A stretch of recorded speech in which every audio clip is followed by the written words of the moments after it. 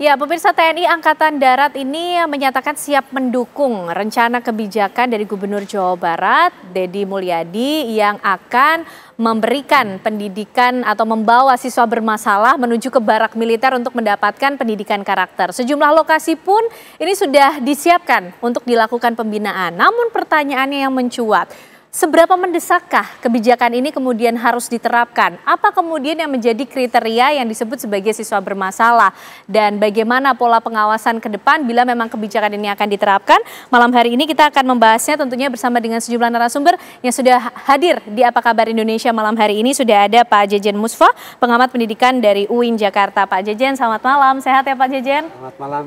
Sehat ya Pak? Sehat, terima kasih sudah hadir dan tentunya bergabung bersama kita ada Pak Iskandar Sitompul, Kapus Pen TNI pada tahun 2010 hingga 2014. Pak Iskandar apa kabar? Baik, selamat malam Mbak Ken. Selamat malam. Dan juga semangat selalu. Dan kita tentunya tadi pemirsa sudah mengundang Gubernur Jawa Barat Deddy Mulyadi untuk bisa ikut berdiskusi bersama di Apa Kabar Indonesia malam hari ini. Namun kita masih menunggu kehadiran atau bergabungnya Deddy Mulyadi dalam diskusi kita malam hari ini.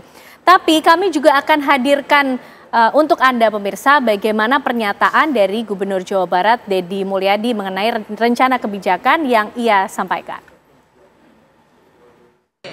Kan kita ini dari dulu ngomongin geng motor nggak selesai-selesai. Anak-anak yang mengalami problem di rumah sehingga berdampak tidak sekolah tidak selesai.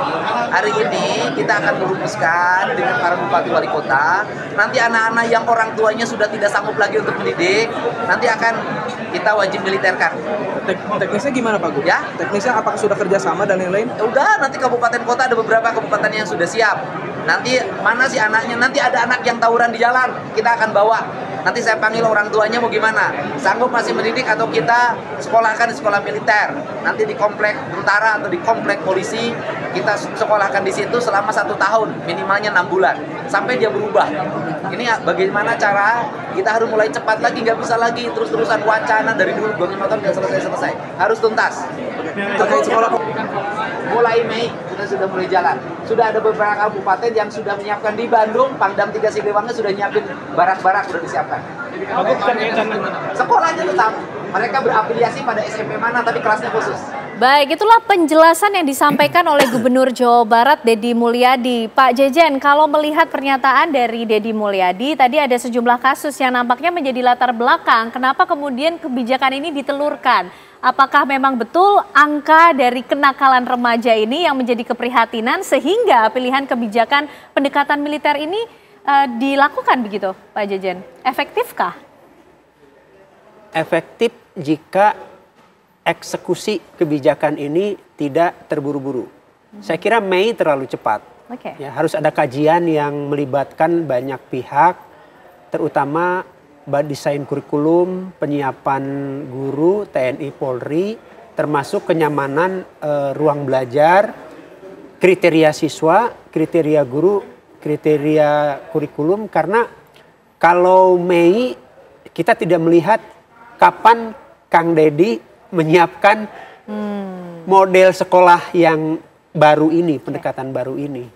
Oleh karena itu kita sebagai gagasan ide kebijakan baru menyambut baik, tetapi tentu harus dilakukan kajian, termasuk kesiapan-kesiapan, termasuk diantaranya pembiayaannya.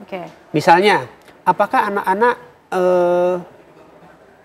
kehilangan 1 atau 2 semester, atau memang nanti di sana ada penggabungan antara pendidikan disiplin ala militer, tetapi di saat yang sama mereka tetap mengikuti pelajaran sekolah di saat yang sama. Kita tidak ingin gagasan baru ini tidak efektif hanya karena persiapannya kurang, kajiannya kurang, karena memang pihak-pihak TNI, Polri, sekolah termasuk guru-gurunya juga harus dipersiapkan secara matang. Oke, ini terkesan kemudian begitu cepat ya, kita hampir tidak melihat bagaimana persiapannya sedangkan Mei sudah ingin dilaksanakan. Ya, berarti ini bisa kita bilang termasuk kebijakan yang harus dilakukan segera karena mendesak atau seperti apa Pak Jejen? Harus ada yang mengingatkan Kang Deddy agar gagasan ini tidak tancap 120 km, tapi harus ada yang mengingatkan, berani mengingatkan bahwa ide bagus, gagasan bagus bisa meleset hanya karena persiapannya yang kurang matang.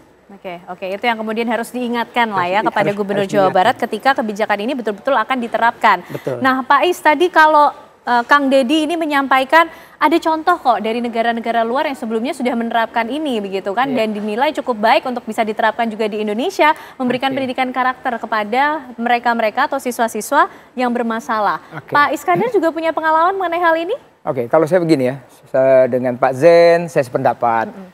Dengan Kang Mulyadi, Pak Gubernur, saya sependapat banget. Namun tentunya kita pasti, saya yakin ini banyak pro dan kontra. Tapi tentunya kita lihat dulu regulasinya. Regulasi dengan kenakalan dan persentasenya ya ini. Jadi pertama saya lihat regulasi. Regulasi Kang Mulyadi nggak ada masalah. Kenapa? TNI ya. Itu ada Undang-Undang 34 pasal 9. Ada kerjasama yang baik kok. Bahkan TNI itu di situ membantu, memberi bantuan kepada pemerintah daerah, minta bantuan apapun. Apapun, termasuk dalam pendidikan. Dalam apapun itu. Contoh saya dulu pernah begitu ya.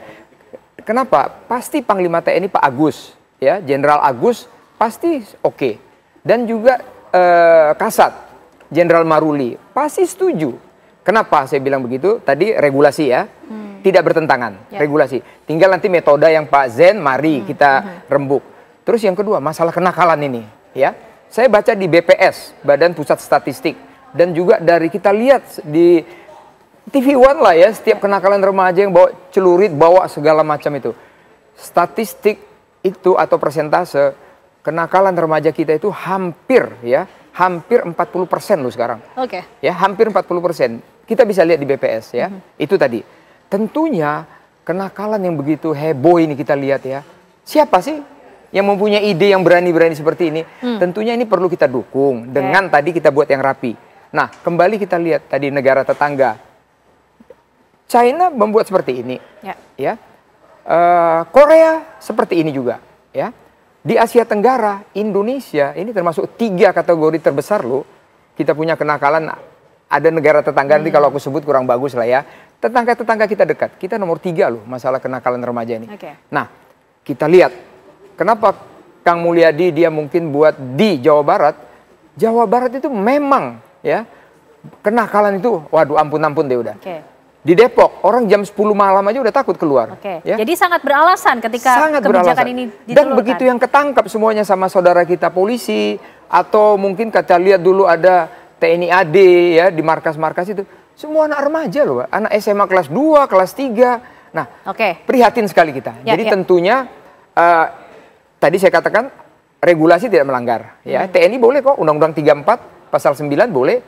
Masalah nanti bagaimana, ini mari kita diskusikan sama-sama. Tapi TNI juga memang sudah pernah sebelumnya Pak Iskandar melaksanakan hal seperti ini, ikut terlibat dalam pembinaan karakter para siswa begitu? Jadi contohnya begini. Sebelum Dwi Fungsi ABRI dihapuskan ya, saya sendiri mengajar namanya di universitas, saya mengajar di SMA itu tentang bela negara.